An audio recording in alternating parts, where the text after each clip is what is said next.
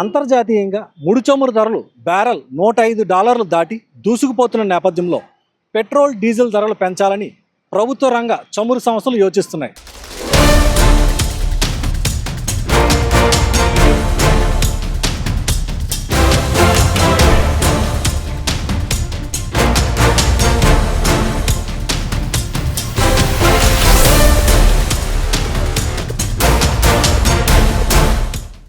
Petrol diesel రెండింటి మీద త్వరలో లీటర్కు ₹4 నుంచి ₹5 పెరిగే అవకాశం ఉందని చెబుతున్నారు. వంట గ్యాస్ ధర కూడా సిలిండర్కు ₹40 నుంచి ₹50 పెరిగే అవకాశం ఉంది.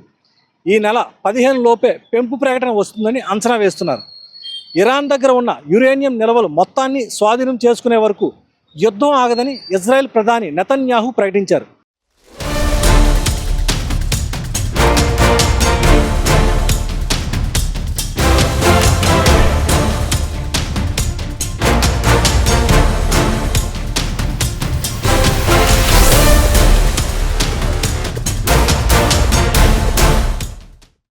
ఇరాన్ రాజీ ప్రతిపాదనలను అమెరికా అధ్యక్షుడు ట్రంప్ తిరస్కరించారు.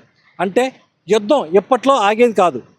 చమురు నౌకల రాకపోకలకు కీలకమైన హార్మోజ్ జలసంధి ఇప్పట్లో తెరుచుకునేది లేదు. ఈ నేపథ్యంలో సుదీర్ఘ అనిశ్చితికి ప్రపంచ దేశాలు సన్నద్ధమవుతున్నాయి. భారత ప్రభుత్వం కూడా చమురు ధరల భారాన్ని ప్రజల మీద వేసేందుకు సిద్ధమవుతోంది. అయితే పెరుగుదల ఒకేసారి కాకుండా దశల వారీగా ఉంటుందని సంకేతాలు వస్తున్నాయి. తొలి దశలో $4 నుంచి ₹5 పెంచే అవకాశం ఉంది. ఆ తర్వాత నష్టం పూడ్చే వరకు $2 నుంచి $4 చొప్పున పెంచుకుంటూ వెళ్తారు. ప్రస్తుతం ప్రభుత్వ రంగ చమురు సంస్థలకు నెలకు 30,000 కోట్ల నష్టం వస్తుంది. ముడి చమురు ధరలు మరింత పెరిగితే ఈ నష్టం మరింత అధికంగా ఉంటుంది. భారత్ తన ముడి చమురు అవసరాల్లో 85% విదేశాల నుంచి దిగుమతి చేసుకుంటోంది. దాంతో ప్రపంచంలో ఏ చమురు ఉత్పత్తి దేశానికి సంక్షోభం వచ్చినా భారత్ మీద ప్రభావం పడుతోంది.